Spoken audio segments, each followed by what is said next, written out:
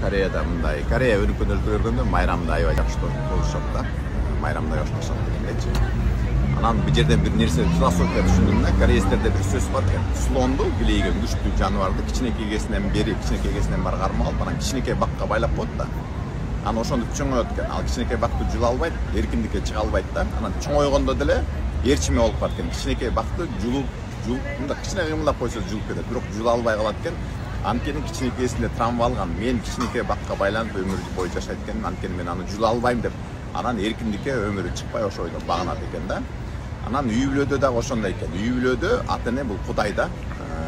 Биз мындай Кудай мындай бизди программировать эткен да, биз багышыбыз керек, биз коргошубуз керек балабызды, биз аны деген зордуктабаш керек депчи. Мындай сен жамансың, сен колуңан эчтеке келбейт, сен ачка өлөсүң, сен бир тыйын алып келбейсиң деп, биз итпейсиң деп жамандап урушуп жамандай берсек, балабызды психологический травма кыла берсек, бала ойлонот экен. Эгерде менин Кудайым, мени коргогон киши мамам же папам ушинтип атса, анда калгандары мени төлөп чет салат го. Ошон үчүн мен мамамды кое берейин, жерте болоюн, папамды кое берейин, жерте болоюн, ошин байкуш болуп жашайын мейли деп чыдап калышат экен да. Анан коомдон эчтекеге жетпей, ар кимден уялып, оюн айта албай ошон кул болуп жашап калат экен да. Ошон үчүн балдарыбызга мындайча айтканда травма алып келбешибиз керек. Особенно кыздарга кичине көбүрөөк травма болот экен.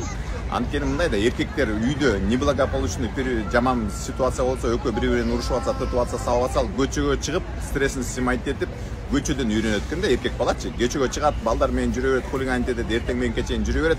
Ошондо коом эчтеке дебейт да. Кыздарга кичине кыйыныраак экен. Анткени алар үйдүн ичинде ошо моральный түрмөнүн ичинен чыга албайт экен да, ошол жерде калып калат экен. Чыга албайт эшикке, чыкса уят, коом давить этет, ошон үчүн түрмөнүн ичинен, моральный, үй бүлөлүк түрмөнүн ичинен чыга албай жата берет экен да.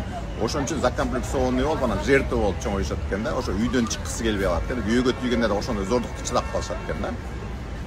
Ошон үчүн балдарыбызга травма алып келбейлик, туура тарбиялаганга аракет кылалык. Эми туура тарбиялаганын секретин дагы билбейт экен, бирок минимум биз балдарыбызды коргоп турушубуз керек. Сен эң жакшысың, сен лучшийсиң деген сөздөрдү айтып туруш керек окшойт деп ошол жактан ой келди да. Ошол.